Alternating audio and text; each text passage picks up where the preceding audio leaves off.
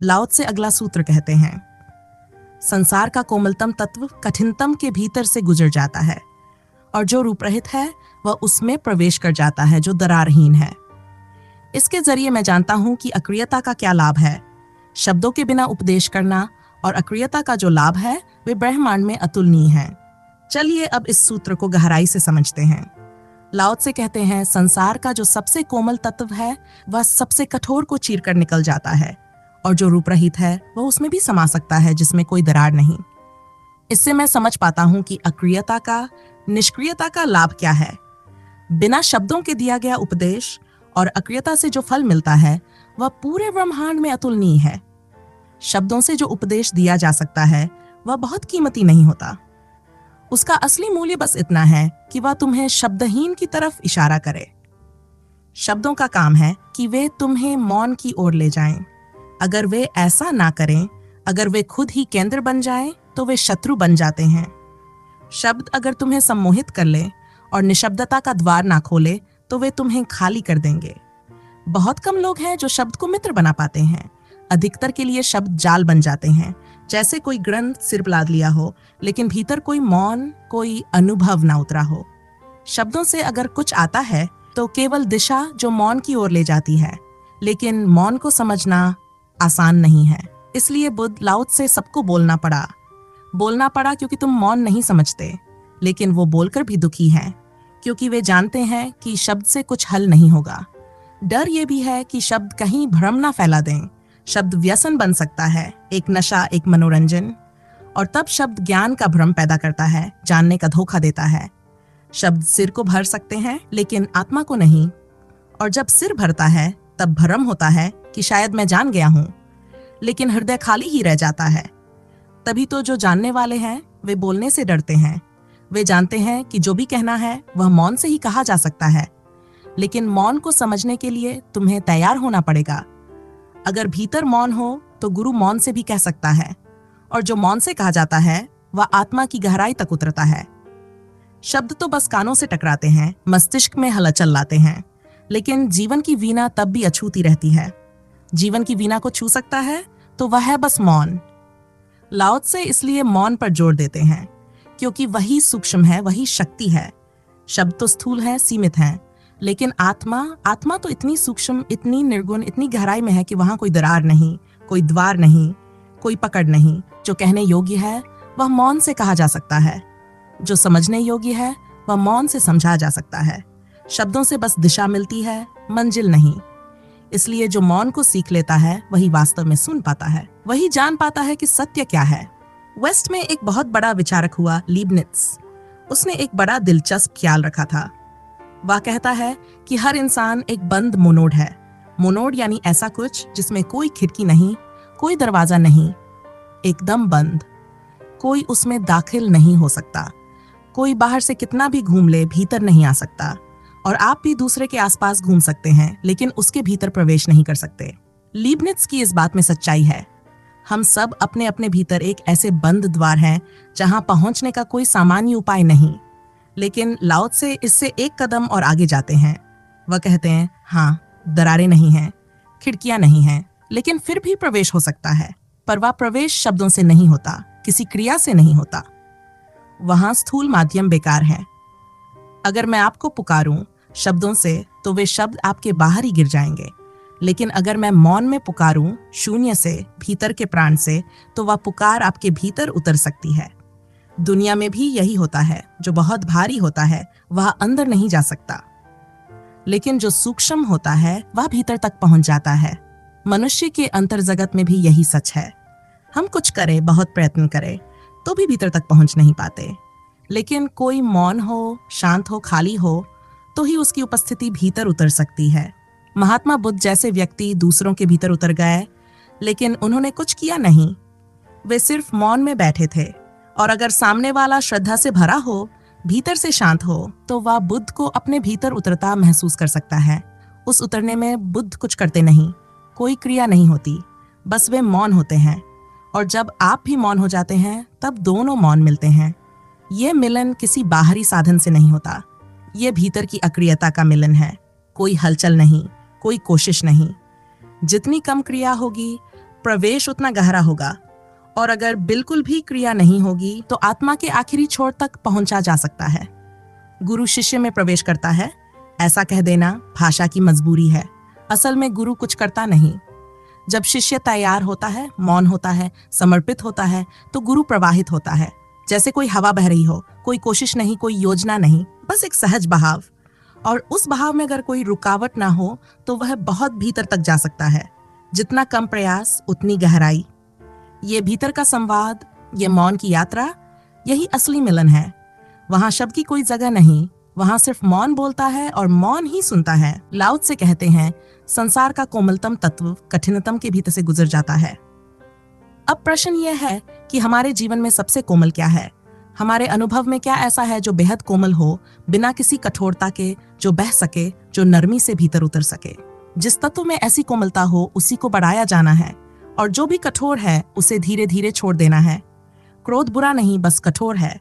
घृणा, ईर्ष्या, लोभ, वासना, ये सब ऊर्जा के कठोर रूप हैं। इनकी कठोरता ही हमें भीतर तक जाने से रोकती है, हमें ऊपरी परतों पर ही भटका देती है। अब समझना यह है कि ऊर्जा एक ही है। वही ऊर्जा जो क्रोध बन सकती है, वही ऊर्जा प्रेम बन सकती है। प्रेम उसका कोमल रूप है। जैसे पानी को लें, पानी कोमल है, लेकिन वही पानी जम जाए तो बर्फ बन जाता है, पत्थर की तरह कठोर। और वही पानी भाप बन जाए तो और भी सूक्ष्म और भी कोमल हो जाता है। जल की प्रकृति नीचे बहने की होती है, लेकिन जब वह भाप बनता है तो ऊपर उठता है। जितनी कोमलता बढ़ेगी उतना ही ऊपर उठना शुरू हो जाएगा। ऊपर उठने के लिए सूक्ष्मता आवश्यक है, और सूक्ष्म होने के लिए कठोरता का त्याग आवश्यक है। आपका आत्मिक भार जितना अधिक होगा उतनी ही दूर आप परमात्मा से रह जाएंगे। जितना हल्के होंगे उतना ही ऊपर उठ सकेंगे। और भाप का रहस्य यही है कि उसमें कोई प्रतिरोध नहीं होता। वह चुपचाप उठ जाती है, उसे कोई संघर्ष नहीं करना पड़ता। जैसे भौतिक पदार्थ की 3 अवस्थाएं होती हैं, ठोस, द्रव और गैस, वैसे ही हमारे भीतर की ऊर्जा की भी 3 अवस्थाएं होती हैं। क्रोध एक जमी हुई चट्टान है। जब वह पिघलती है तो प्रेम बनती है, और जब प्रेम और भी सूक्ष्म होता है तो वह प्रार्थना बन जाती है। प्रार्थना संसार का कोमलतम तत्व है, लेकिन दुर्भाग्यवश इस प्रार्थना से हमारा कोई सीधा परिचय नहीं है। यहाँ तक कि जो लोग प्रार्थना कर रहे हैं मंदिरों में, मस्जिदों में, गिरजाघरों में, वे भी शायद सिर्फ एक क्रिया कर रहे हैं। प्रार्थना कोई करने की चीज नहीं है। प्रार्थना तो एक अवस्था है। जब चित्त प्रेयरफुल हो जाता है तब जीवन का हर क्षण प्रार्थना बन जाता है। फिर अलग से प्रार्थना करने की जरूरत नहीं रहती। प्रार्थना कोई रिचुअल नहीं है, ये एक क्रांति है, ये भीतर की कोमलता है। लेकिन प्रार्थना तक पहुंचने के लिए प्रेम से गुजरना जरूरी है, और प्रेम तक पहुंचने के लिए हमारी कठोरता को पहचानना जरूरी है। प्रेम कोई अधिकार नहीं है, कोई पोजेशन नहीं है। जब आप प्रेम में होते हैं और फूल को देखते हैं तो उसे तोड़ना असंभव हो जाता है। जब भी प्रेम आता है आप तुरंत मालिक बनने की कोशिश करने लगते हैं। जैसे ही आप कहते हैं यह मेरा है, प्रेम मर जाता है, फूल आपकी मुट्ठी में मर जाता है। जैसे ही प्रेम पति या पत्नी बनने की तरफ बढ़ता है, प्रेम खो जाता है। बच्चे जब पैदा होते हैं वे कोमलता की एक असाधारण संभावना लाते हैं, लेकिन हम उन्हें भी एक चीज बना लेते हैं, मेरा बेटा, मेरी बेटी, और फिर उन्हें डालना शुरू कर देते हैं। जबकि सही तो यह होता कि हम उनसे पिघलते, उन्हें डालते नहीं, खुद डलते। बच्चे को जैसे ही हमने अपना मान लिया, उसके चारों ओर दीवार खड़ी हो गई। जो प्रेम की लहर बन सकती थी वह मालिकियत में बदल गई। और हर जगह यही होता है। फूल को देखकर, बच्चे को देखकर, किसी से जुड़कर प्रेम की थोड़ी सी झलक आती है, बट फिर हम उसे बंद कर देते हैं। हम पोजेस करने लगते हैं, कंट्रोल करने लगते हैं। इसलिए जब भी प्रेम की कोई झलक मिले तो बस थोड़ी देर ठहर जाएं। ना तो फूल तोड़ें, ना मालिक बने, ना रिश्तों को कब्जे में लें। बस प्रेम को बहने दें, बिना शर्त, बिना मांग के, बिना प्रत्युत्तर के। और जब ये प्रेम बहता है तो आपको पहली बार पता चलेगा कि आखिर प्रेम क्या है। और जब आप प्रेम बन जाते हैं तभी प्रार्थना संभव होती है। प्रेम के बिना कोई भी प्रार्थना नहीं बन सकती। और हमारे भीतर जो कुछ प्रेम के नाम पर है उसमें कितना कुछ डर, लोभ, वासना, अकेलेपन की बेचैनी छिपी हुई है। इसका निरीक्षण करना जरूरी है। कई बार प्रेम नहीं होता, बस जरूरत होती है। साथ चाहिए, सहारा चाहिए, किसी को पकड़ने का मन होता है और हम उसे प्रेम कह देते हैं। अगर आप सच्चे प्रेम तक नहीं पहुंचे हैं तो प्रार्थना दूर की बात है। और अगर आपके घर में प्रेम का माहौल नहीं है तो किसी भी मंदिर में परमात्मा को पाना असंभव है। घर को पहले प्रेम का मंदिर बनाइए, तभी जीवन में प्रार्थना का द्वार खुलेगा। और जब प्रार्थना जन्म लेगी तब आप सबसे कोमल हो जाएंगे, और वही कोमलता आपको ब्रह्मांड के सबसे ऊंचे शिखर तक पहुंचा सकती है। और अगर कभी आपके जीवन में प्रेम आ जाए तो डरना मत। हाँ, प्रेम आपको कोमल बना देगा, वह आपकी कठोरता तोड़ेगा। शुरुआत में यह पराजय की तरह लगेगा, जैसे आप हार रहे हों, चुक रहे हों, लेकिन यही प्रेम की खूबी है। शायद इसीलिए लोग प्रेम से डरते हैं, क्योंकि प्रेम में उतरते ही आपको पिघलना पड़ता है, और आपकी जो कठोरता थी, आपका जो अभिमान था, जो शक्ति का एहसास था, आपकी जो आत्म छवि थी, सब कुछ दरक जाता है। लोग प्रेम से भयभीत हैं, इसलिए वे उसके बाहरी घेरे में ही घूमते रहते हैं, गहराई में नहीं उतरते। और जब कभी प्रेम किया तो भी उतनी ही दूरी तक गए जहां से लौटना आसान हो, ऐसा ना हो कि डूब जाएं। प्रेम का अर्थ ही है जहां से लौटने का कोई मार्ग ना बचे, खुद को खो देना।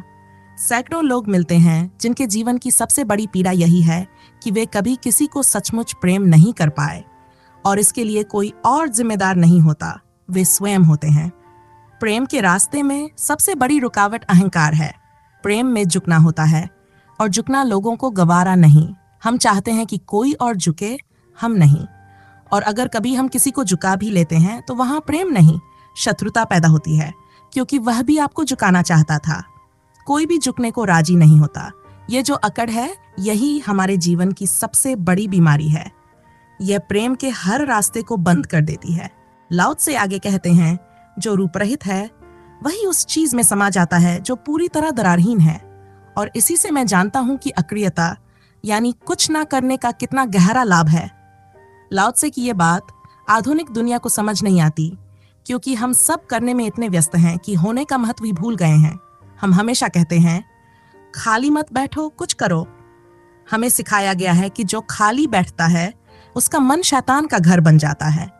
ये कहावतें उन लोगों ने बनाई हैं जो सक्रियता के पुजारी हैं। हमारे समाज में ये रीत बन गई है कि कुछ भी करो, बस खाली मत बैठो। वेस्टर्न वर्ल्ड इस सक्रियता की दीवानगी से ग्रस्त है।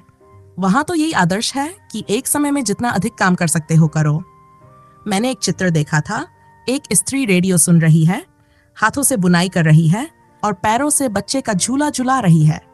वह पूरे समय का सदुपयोग कर रही है, लेकिन उस स्थिति में कोई अखंडता नहीं है, कोई संपूर्णता नहीं है। उस स्त्री का मन बटा हुआ है, उसके हाथ कुछ कर रहे हैं, कान कहीं और लगे हैं, पैर किसी तीसरे काम में व्यस्त हैं, हृदय कहीं नहीं है, प्रेम कहीं नहीं है। वह स्त्री सिजोफ्रेनिक है, खंडित है, टूटी हुई है। कोई भी कार्य वह पूर्णता से नहीं कर रही है। ना रेडियो पूरी तरह सुन रही है, ना बुनाई में प्रेम है, ना बच्चे के झूले में ममता। फिर भी हम उसे कुशल मानते हैं, क्योंकि वह 3 काम एक साथ कर रही है। हम समय की बचत के नाम पर अपने मन की अखंडता को खो रहे हैं। हमारा समाज हमें सिखाता है कि तुम क्या कर सकते हो, उसी से तुम्हारी कीमत है। तुम्हारा होना कोई मूल्य नहीं रखता। तुम कितना कमा सकते हो, कितने बड़े पद पर हो, कितनी इमारतें खड़ी की हैं, इन्हीं से तुम्हारा सम्मान तय होता है। लेकिन तुम क्या हो, ये कोई नहीं पूछता। लाओ त्से कहते हैं कि जब तक तुम अपने होने में ही मूल्यवान नहीं बन जाते, तब तक जीवन खो ही जाएगा। और यह होने की स्थिति किसी क्रिया से नहीं आती, ये ना क्रिया से आती है। इसीलिए ईस्ट ने ध्यान को जन्म दिया, वेस्ट ने तकनीक को, विज्ञान को, पश्चिम ने सोचा कैसे और बेहतर किया जाए, पूरब ने पूछा कैसे कुछ भी ना किया जाए और फिर भी जीवन में गहराई आ जाए। ध्यान का अर्थ ही है बिना कुछ किए बैठ जाना, बस होना। जैसे तुम हो वैसे ही होना, कोई काम ना करना, कोई मंत्र ना जपना, कोई कल्पना ना करना। लेकिन लोग कहते हैं, कुछ तो बताओ, मंत्र ही दे दो, राम नाम ही बता दो। वे ना करने को समझ ही नहीं पाते, इसलिए गुरु लोग मंत्र देते हैं, जप देते हैं, क्योंकि साधक को कुछ तो चाहिए जिससे वह लगे रहे। शायद इसी वजह से प्रेमानंद जी का इतना प्रभाव हुआ, उन्होंने नाम दिया, क्योंकि लोग भी यही चाहते हैं, ध्यान भी हो और कुछ करने को भी मिल जाए। लेकिन सच्चा ध्यान बिना किसी करने के आता है, बस शांति से बैठना, जस्ट सिटिंग, जैसे जापान में जैन ध्यान में होता है। वे कहते हैं, बस बैठो, कुछ मत करो। यह सुनने में सरल लगता है, लेकिन सबसे कठिन साधना है, क्योंकि मन कहेगा कुछ तो करो, बैठते ही लगेगा, खांसी आने लगी, पैर सुन्न हो रहे हैं, शरीर खुजलाने लगा है। लेकिन यही मन की चालाकी है। जब तक तुम किसी काम में लगे रहते हो, ये सारी परेशानियां नहीं उठती। ध्यान का अभ्यास शुरू करते ही वे सब आ जाती हैं। ये पुरानी आदतें हैं कुछ करने की। जैन साधक 20 साल तक केवल बैठते हैं, कोई मंत्र नहीं, कोई पूजा नहीं, बस बैठना। और जब पुरानी सारी आदतें गिरने लगती हैं, मन शिथिल होता है, तब तुम बस होते हो। वही होना ध्यान है, वही होना समाधि है। बुद्ध वही कर रहे थे। बोधि वृक्ष के नीचे वे कुछ कर नहीं रहे थे, बस बैठे थे, और इसीलिए बुद्ध हो गए। लेकिन हम सोचते हैं अगर कुछ नहीं कर रहे थे तो बेकार समय बर्बाद कर रहे थे, हमें तो लाभ चाहिए। हम पूछते हैं इससे क्या फायदा हुआ। हम उसी मानसिकता में हैं कि बिना कर्म के जीवन व्यर्थ है। लेकिन ध्यान का लाभ लाभ के पार है। वहां होने की मिठास है, वहां आत्मा का रस है। तो अगर तुम भी ऐसे ही चुपचाप बैठ सको, अगर कुछ ना करके भी रह सको, तो वही तुम में भी घटेगा जो बुद्ध में घटा था। तब तुम भी जानोगे कि अक्रियता का कितना गहरा सौंदर्य है। तब तुम भी समझोगे कि जो रूपहीन है वही दरारहीन में समा जाता है। और तुम भी महसूस करोगे कि असली शक्ति, असली परिवर्तन, असली आनंद कुछ ना करने में ही छिपा है। लाओ त्से कहते हैं, मैं जानता हूं अक्रियता का लाभ क्या है। ये लाभ कोई छोटा मोटा लाभ नहीं है। ये लाभ है आत्म उपलब्धि का, ये लाभ है मुक्ति का, आत्मज्ञान का। लेकिन इसे जानने के लिए करना नहीं, सिर्फ होना है। बस थोड़ी देर के लिए अपने जीवन की सारी गतिविधियों से हट जाओ, सिर्फ 1 घंटा निकालो और उस 1 घंटे में कुछ मत करो, ध्यान भी मत करो, बस शांति से बैठो, जैसे पूरा संसार दूर हो गया हो। पर यह आसान नहीं होगा। मन बहाने बनाएगा, कहेगा इस 1 घंटे में तो हजारों की कमाई हो सकती थी, कम से कम न्यूज़ ही देख लेते या बच्चों के साथ खेल लेते। जो पढ़ाई कर रहे हैं उनको मन कहेगा क्यों समय बर्बाद कर रहे हो, इससे तुम्हें नौकरी तो ना मिलेगी, इससे तुम्हारा पेट तो ना भरेगा। लेकिन अगर तुम सच में उस 1 घंटे को बस होने में खर्च कर सको, तो धीरे धीरे एक अनजानी शांति तुम्हारे भीतर उतरने लगेगी। रोए रोए में एक नयापन भरने लगेगा। एक नया आकाश खुलेगा जिसमें कोई बादल नहीं है, कोई हलचल नहीं है। जैसे ही ये शांति गहरी होने लगी, वैसे ही समझ में आएगा कि अक्रियता का वास्तविक लाभ क्या है। और फिर ये बोध होगा कि कुछ चीजें ऐसी हैं जिन्हें केवल करके पाया जा सकता है, और कुछ चीजें ऐसी हैं जिन्हें केवल ना करके पाया जा सकता है। जो कुछ करके मिलेगा वह इस संसार का हिस्सा होगा और एक दिन तुमसे छीन लिया जाएगा। लेकिन जो ना करके मिलेगा वह चिरस्थायी है, उसे कोई तुमसे छीन नहीं सकता। जो तुमने किया उसकी मृत्यु निश्चित है, लेकिन जो बिना किए मिला वह अमर है। इसलिए कहा गया है कि किए हुए की ही मृत्यु होती है। ना किए का जो अनुभव है वही अमृत है, वही आत्मा का अनुभव है। लाओ त्से कहते हैं, इसके जरिए मैं जानता हूं कि अक्रियता का लाभ क्या है। और यह अक्रियता इतनी गहरी है कि जब कोई बिना शब्दों के उपदेश देता है तो वह अनुभव अतुलनीय होता है। शब्दों के बिना उपदेश करना बहुत जटिल घटना है। वह तब ही घट सकती है जब 2 शिखर आपस में मिलते हैं। एक वह जिसने अक्रियता को पा लिया हो, और दूसरा वह जो बिल्कुल मौन हो गया हो, चुप हो गया हो। तभी गुरु का मौन शिष्य के भीतर तीर की तरह प्रवेश करता है। यही उपनिषद का रहस्य है। गुरु के पास बैठना, बस होना। कभी कोई छोटा काम भी दे दिया जाए तो कर लेना, फिर बैठ जाना। पूरा मूल्य उस पास होने का है। जब कभी भी शिष्य पूरी तरह शांत होता है, मौन होता है, तभी गुरु बोलता है। लेकिन उस बोलने में भी कोई शब्द नहीं होता। लोग सोचते हैं कि गुरु मंत्र कान में देता है, लेकिन लोगों ने इस प्रतीक को भी व्यर्थ बना लिया। समझते हैं कि गुरु कान के पास मुंह रखकर कोई मंत्र बोलता है। नहीं, असली अर्थ है गुरु कुछ कहता नहीं, बस शिष्य सुन लेता है। वह सुनना इतना गहरा होता है कि कोई शब्द नहीं बोले जाते, पर फिर भी सारा ज्ञान भीतर उतर जाता है। कान में मंत्र देना यह सिर्फ एक प्रतीक है कि बिना बोले कुछ संप्रेषित हुआ। बोलने वाले ने कुछ नहीं कहा, फिर भी सुनने वाले ने सब कुछ सुना। उस चुप्पी में जो संवाद होता है वह शब्दों से परे है। और जब यह घटता है तो वह घटना हजारों वर्षों में एक बार घटती है। बहुत गुरु होते हैं, बहुत शिष्य होते हैं, लेकिन ऐसा मौन संवाद कभी कभी ही होता है। इसलिए लाओ त्से कहते हैं, शब्दों के बिना उपदेश देना और अक्रियता का जो लाभ है वह ब्रह्मांड में अतुलनीय है। उसकी तुलना नहीं की जा सकती। बुद्ध के पास हजारों शिष्य थे। जो भी उन्होंने कहा उन्होंने शब्दों से कहा, और जो भी लोगों ने सुना उन्होंने शब्दों से सुना। लेकिन महाकश्यप एकमात्र ऐसा शिष्य था जिसे बुद्ध ने वह दिया जो शब्दों से नहीं कहा जा सकता।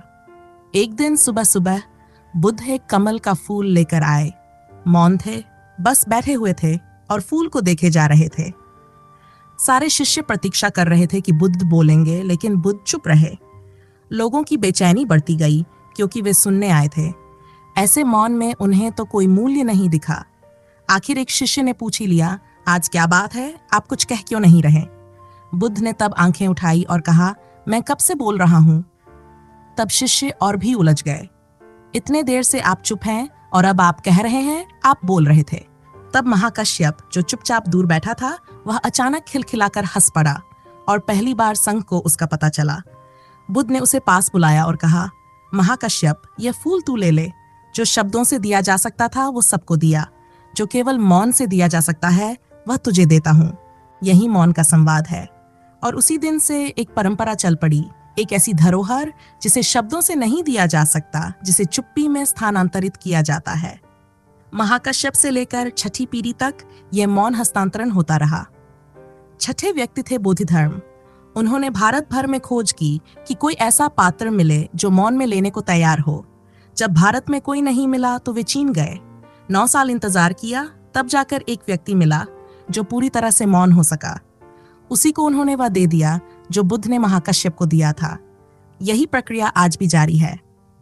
इसे जैन परंपरा कहते हैं, शब्द और शास्त्र के बिना हस्तांतरण। लेकिन यह बहुत दुर्लभ घटना है, क्योंकि इसके लिए 2 शिखरों का मिलना जरूरी है।